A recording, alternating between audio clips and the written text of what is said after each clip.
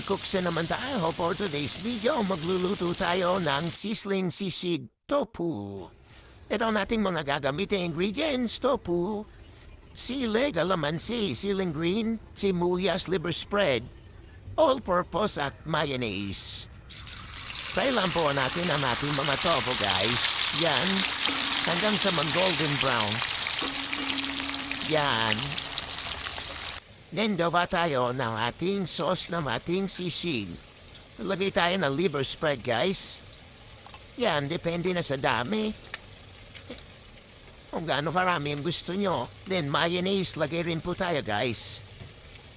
Yan, bali naglalagay rin po ako na all-purpose cream para mas creamy. Ang sauce ng ating sisig tofu. Then yung katas ng kalamansi.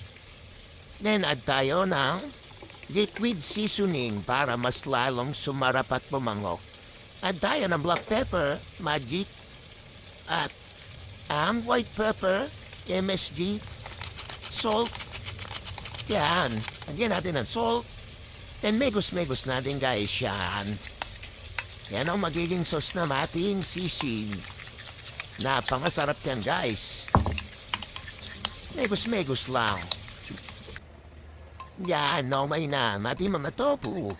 I-mix lang natin siya sa, guys, yung ating mga sauce at tofu sa isang bowl yan. Then add na natin ang ating siling haba. At siling pula, konti lang, guys, para sa mga yan. Pati ang ating sibuyas.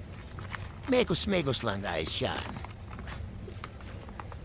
Mix-mix lang natin yan, guys, ng ganyan. Yun. Napakasarap yan, guys. Pampulutan. Yan. Megus-megus mo na yan, guys, din sa ating sizzling plate. Yan, ininit na. Naglagay ako ng butter. Yan, guys, ang magpapasarap at magpapabango dyan. Yan, lagyan na natin ang ating mga tofu. Yan. Megus-megus lang natin ang ganyan, guys.